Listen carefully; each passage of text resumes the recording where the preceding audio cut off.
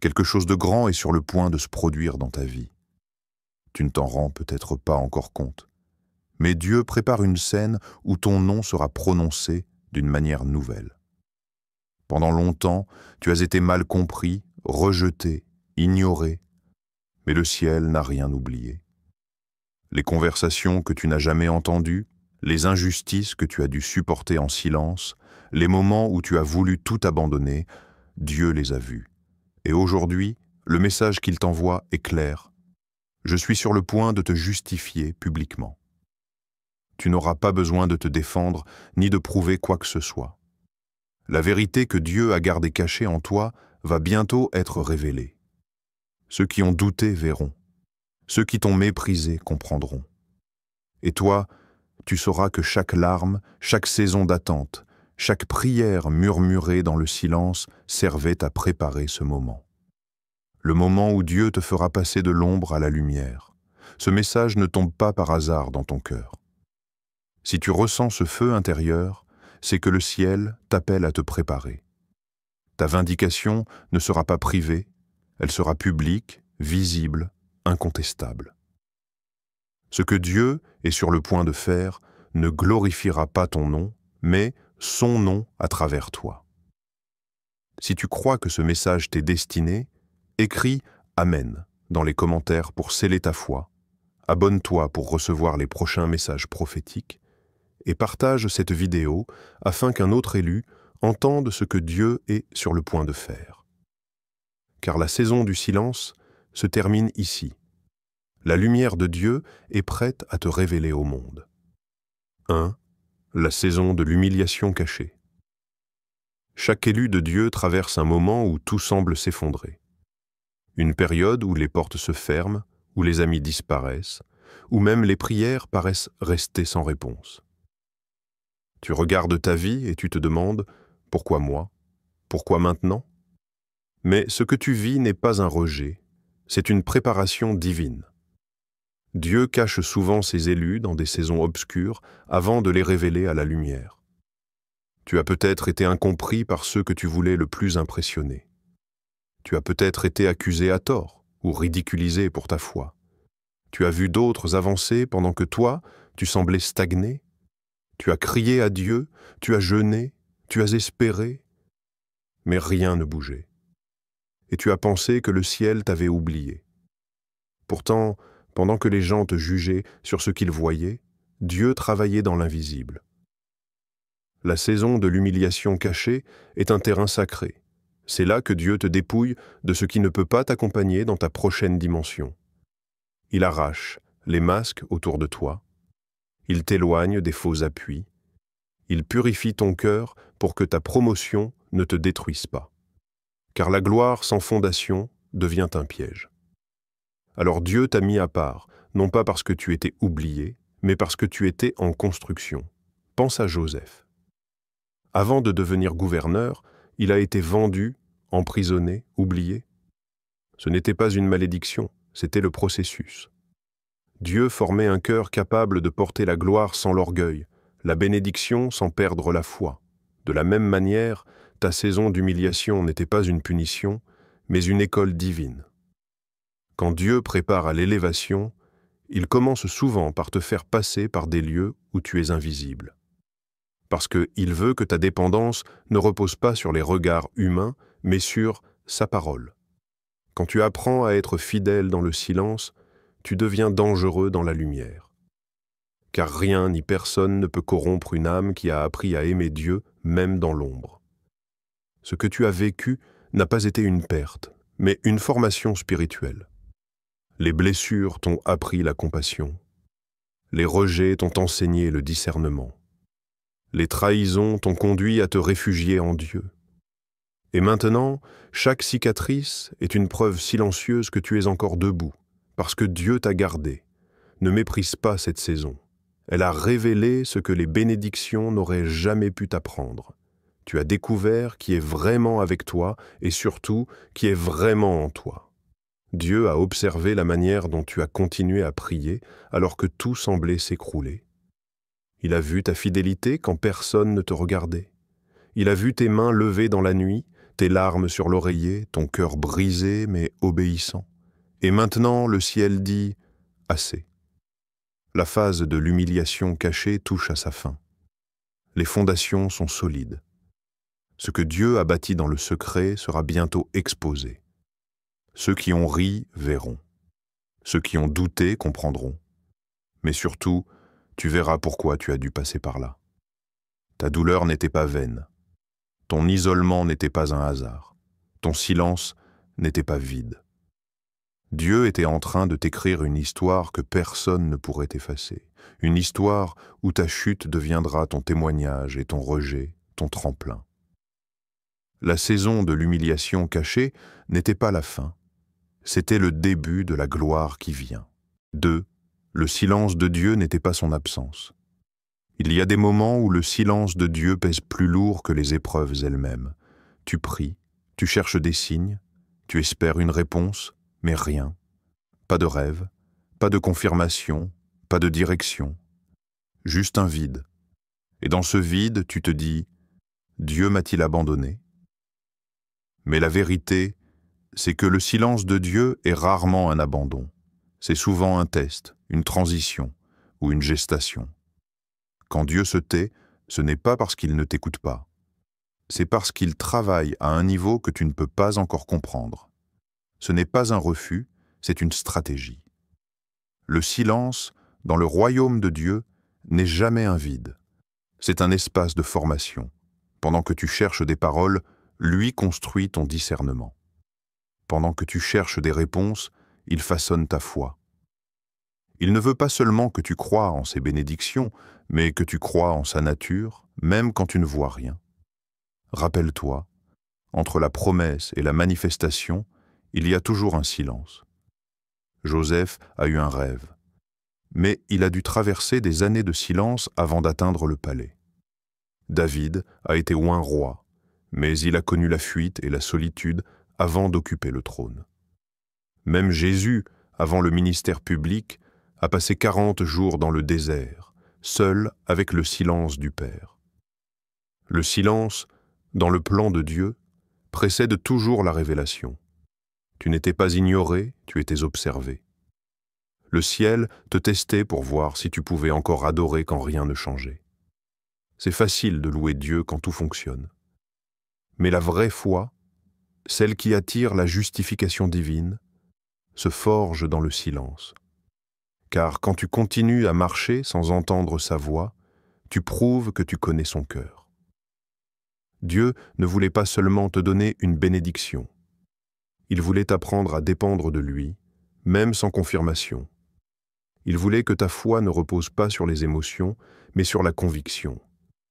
Et c'est ce que son silence a accompli.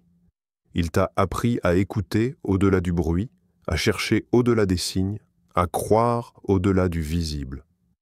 Tu vois, dans le silence de Dieu, il y a une activité invisible. C'est comme une graine enfouie dans la terre. Elle ne fait aucun bruit, mais elle se prépare à éclore. Le silence, c'est le moment où Dieu cache la croissance pour la protéger. C'est aussi dans ce silence que tu as appris à reconnaître sa présence autrement, non pas par ce qu'il fait, mais par ce qu'il est. Tu as découvert qu'il est encore là, même quand tout semble vide, que sa paix peut remplir des nuits sans réponse, que sa main te soutient, même quand tu ne sens plus rien. Le silence de Dieu t'a enseigné la patience.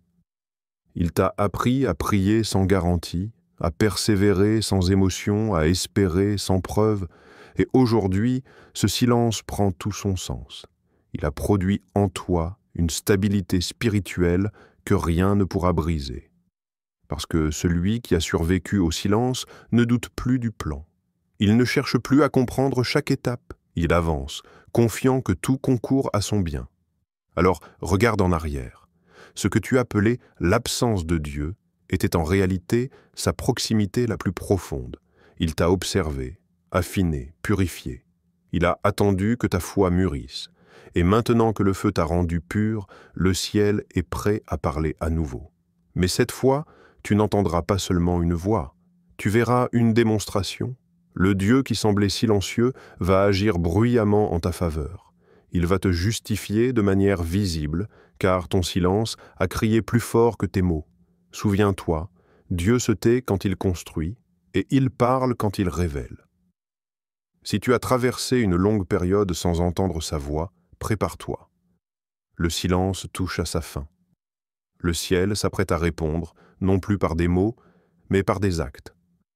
3. Le moment de la justification divine. Il existe un moment précis où Dieu décide de se lever. Un moment où le ciel dit « assez » et tout ce qui te retenait commence à se briser. Ce moment, c'est celui de la justification divine. Tu as été testé, tu as été préparé, tu as été dépouillé. Et maintenant, Dieu va te défendre d'une manière que personne ne pourra contester.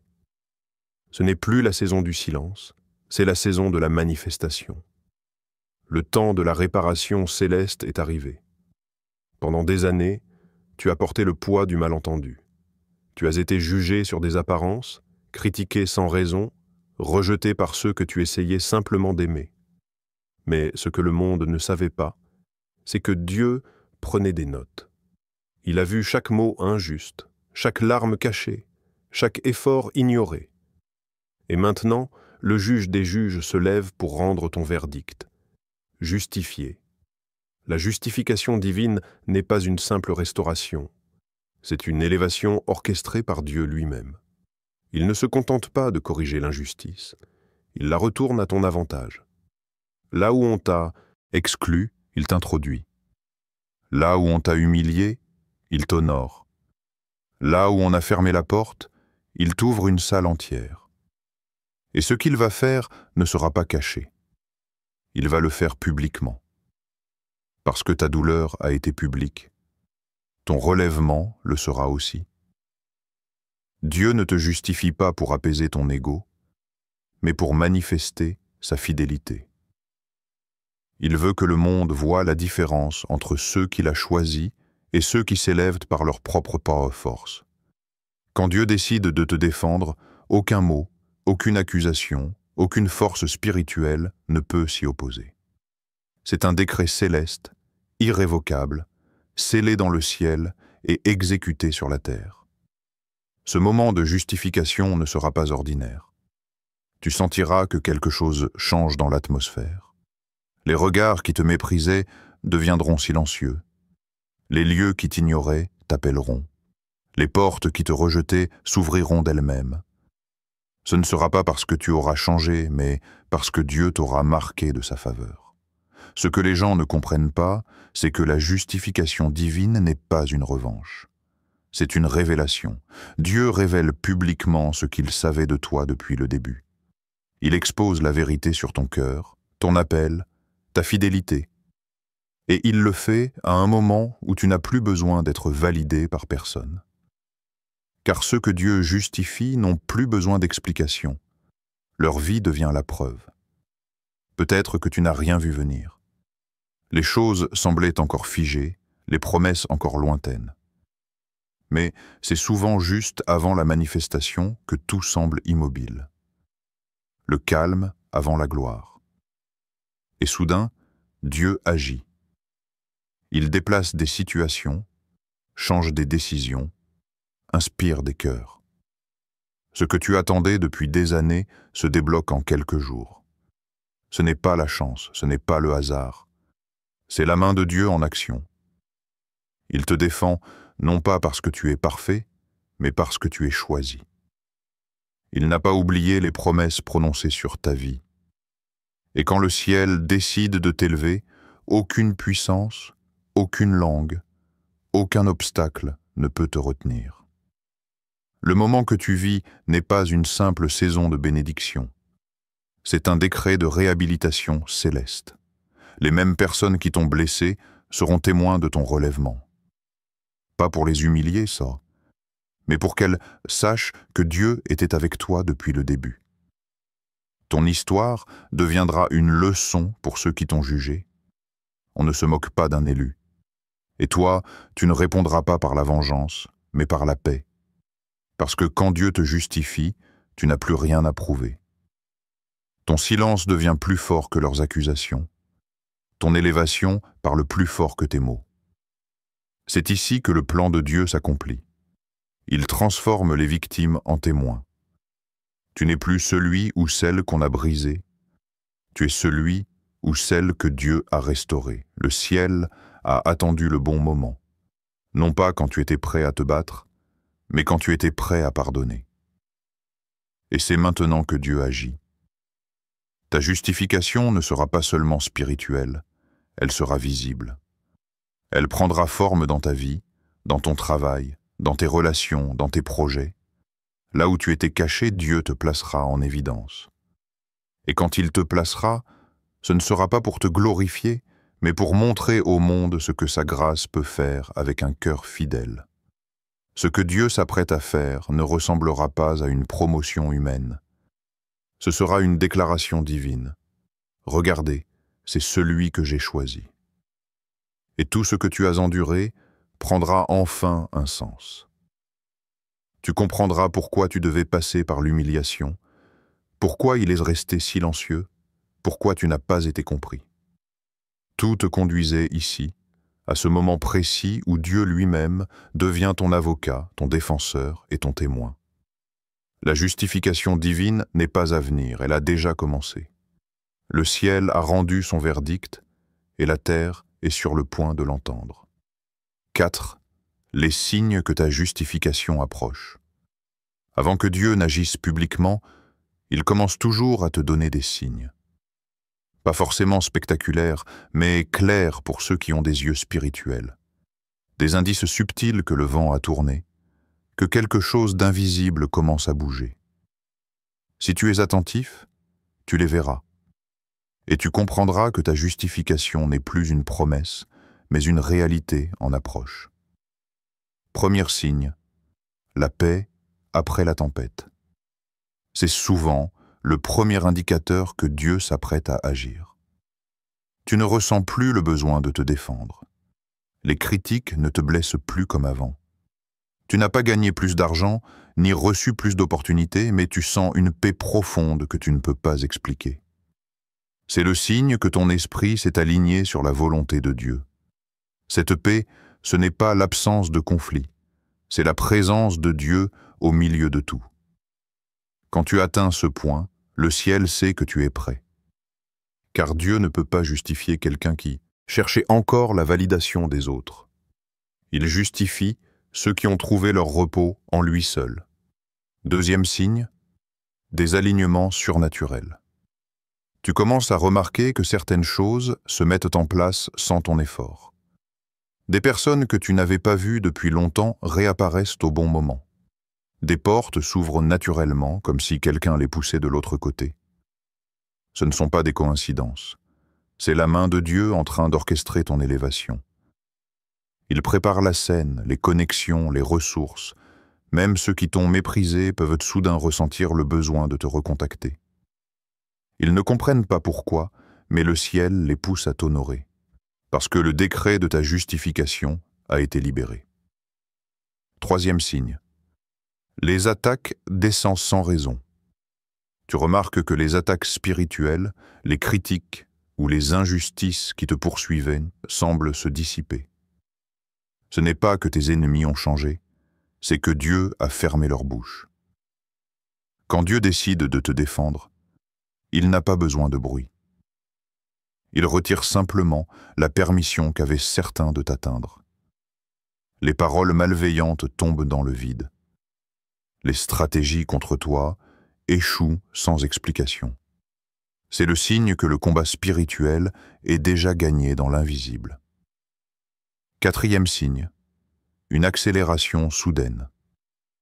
Après des mois ou des années de stagnation, tout semble s'accélérer. Ce que tu n'as pas pu accomplir en 3 ans commence à se concrétiser en 3 semaines. Les opportunités que tu n'avais jamais eues se présentent d'elles-mêmes. Ce n'est pas ton talent, ni ton effort. C'est le kairos de Dieu, son temps parfait. Quand la justification divine approche, tout s'aligne à une vitesse surnaturelle. Tu n'as plus besoin de frapper aux portes. Ce sont les portes qui te cherchent, car ce que Dieu a ordonné doit se manifester. Peu importe qui le veut, ou non. 5e signe.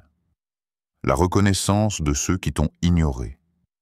C'est un signe puissant et souvent déstabilisant. Les mêmes personnes qui t'ont méprisé commencent à te regarder autrement. Celles qui ne croyaient pas en toi t'envoient des messages d'encouragement ou te demandent conseil.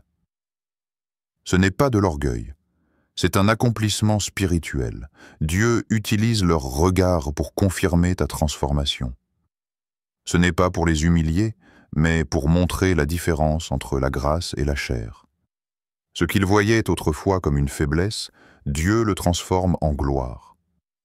Et ce que tu vivais comme une honte devient ta plus grande preuve.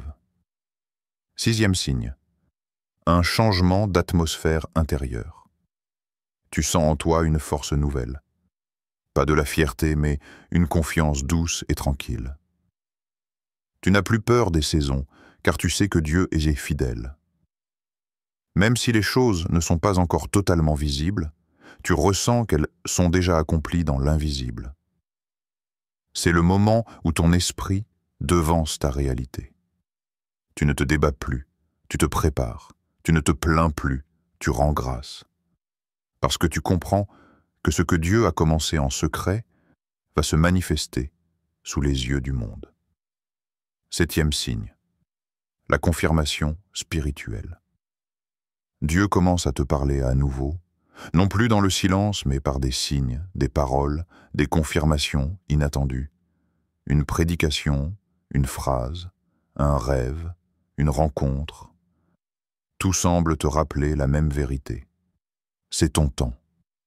Quand le ciel se met à répéter un message, c'est parce que la saison est prête. Il ne t'annonce pas pour te rassurer, mais pour t'informer. Le moment est arrivé.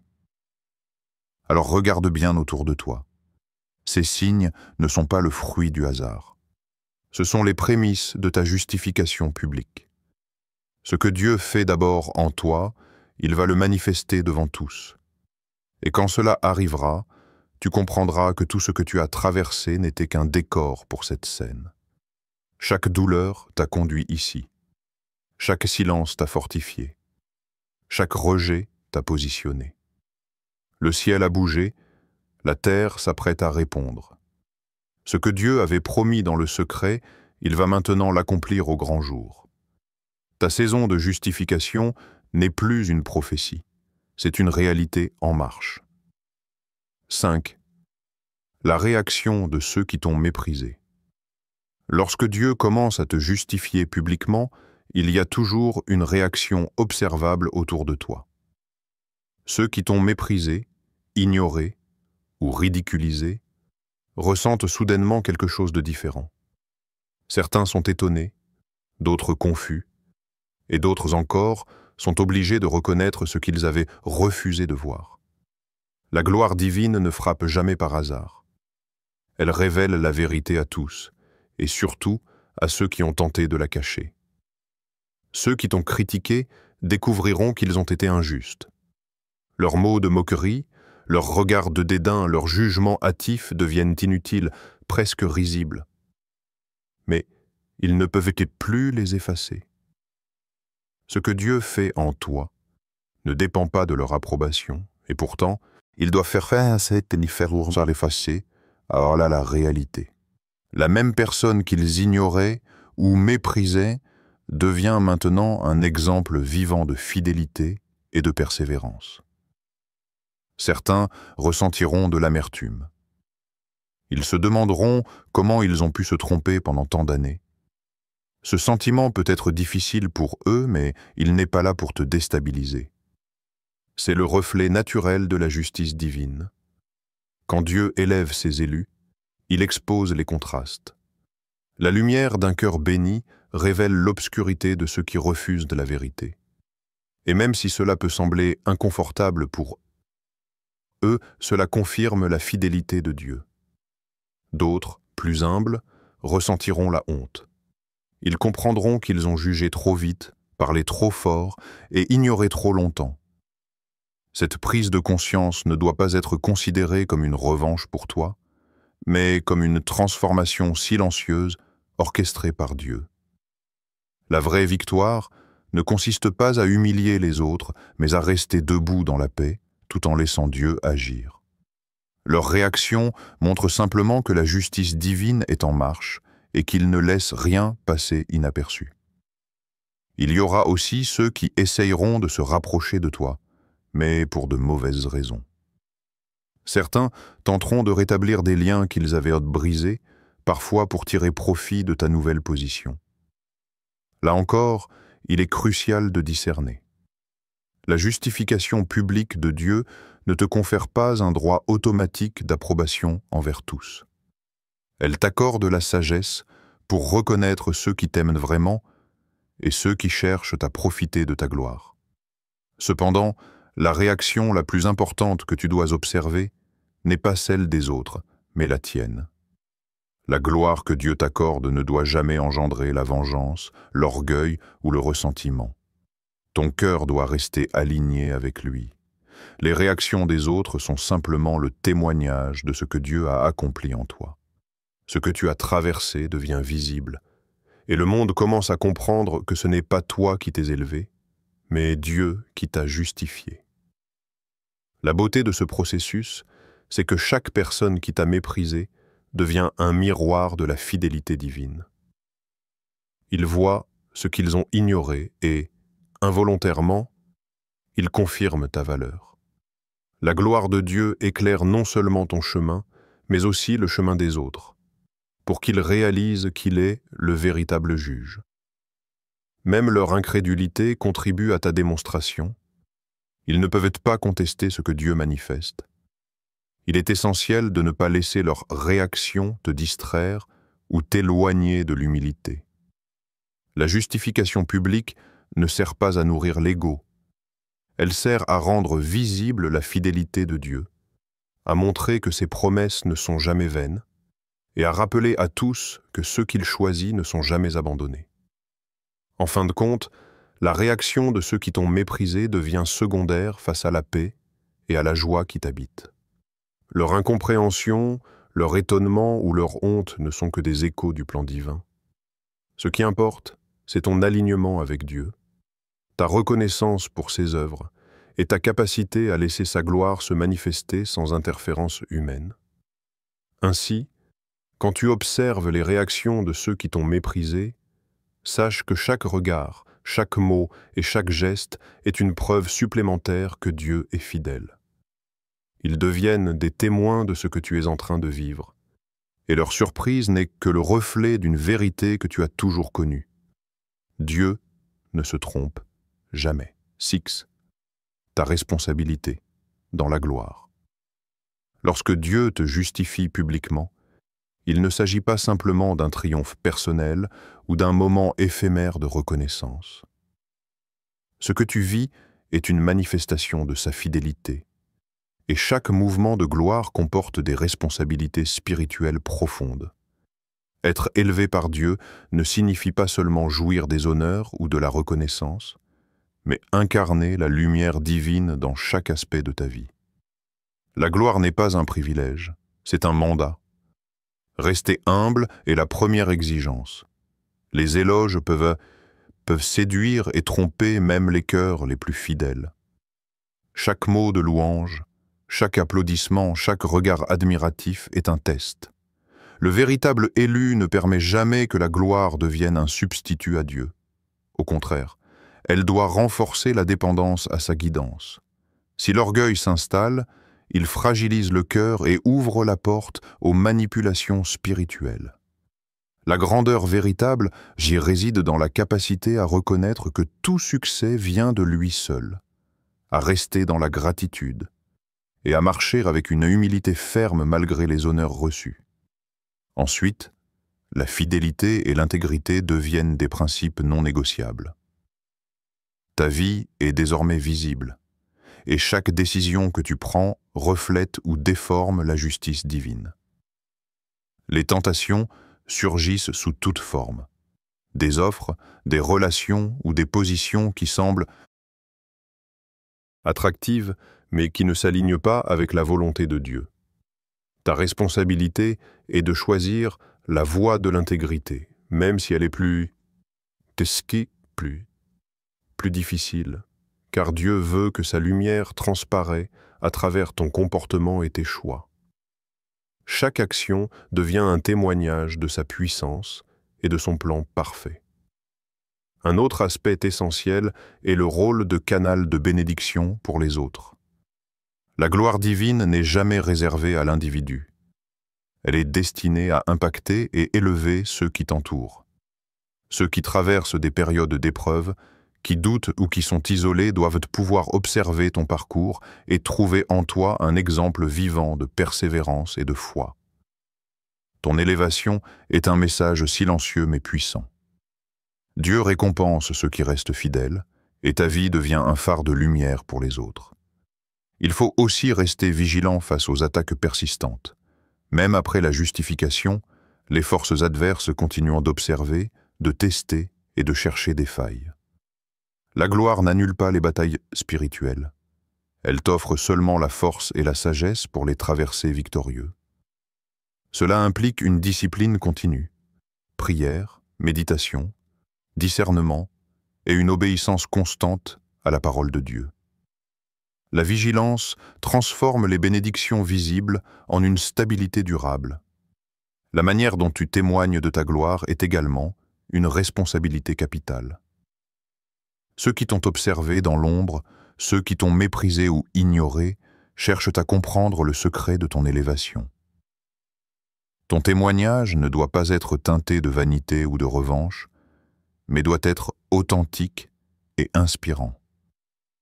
Partager ton parcours avec honnêteté et transparence, en soulignant la fidélité de Dieu plutôt que tes efforts personnels, transforme ta réussite en un message spirituel puissant et accessible à ceux qui cherchent à marcher dans la même foi. La gloire divine ne se limite pas à une reconnaissance humaine. Elle vient avec un mandat de continuité. Ce que tu fais avec ce que Dieu t'a donné détermine la durée et l'impact de cette gloire. Chaque victoire doit être accompagnée de fidélité, chaque honneur de discernement, chaque privilège de sagesse. La gloire qui n'est pas gérée avec humilité et responsabilité peut rapidement se transformer en fardeau ou en piège spirituel. Être choisi par Dieu implique également d'élever les autres par ton exemple, de tendre la main à ceux qui suivent le même chemin, de guider par l'enseignement, l'encouragement et la démonstration de fidélité. La gloire ne devient complète que lorsque Dieu est exalté à travers toi, et non à cause de toi. La responsabilité dans la gloire n'est pas une charge lourde, mais une opportunité de manifester le royaume de Dieu sur terre. Enfin, il est essentiel de rester ancré dans la gratitude et la prière. La gloire divine attire l'attention et parfois la distraction.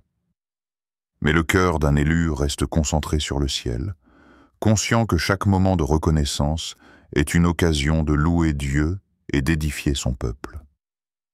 La responsabilité dans la gloire consiste à marcher avec Dieu à chaque étape, à influencer par la lumière, à servir avec amour et à témoigner de sa puissance, tout en restant humble et fidèle. Ainsi, la justification publique et la gloire ne sont pas une fin en soi.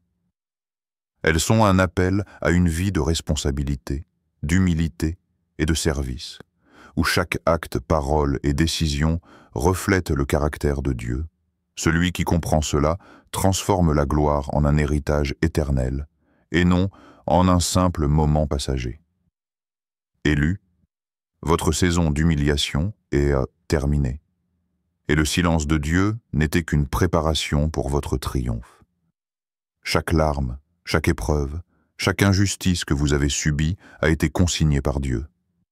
Aujourd'hui, votre justification publique est imminente, et avec elle, la démonstration éclatante de sa fidélité.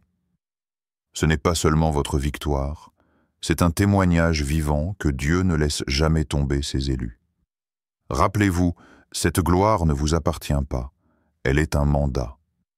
Elle vous appelle à marcher dans l'humilité, à rester intègre et à bénir ceux qui vous entourent. Les mêmes qui vous ont méprisé ou ignoré constateront votre élévation, et leur réaction ne sera que la confirmation que le Dieu fidèle agit dans le secret pour révéler la vérité au grand jour. Si ce message résonne en vous, écrivez « Amen » dans les commentaires, abonnez-vous pour recevoir les prochaines révélations et partagez cette vidéo afin qu'un autre élu entende que le temps de la vindication divine est arrivé.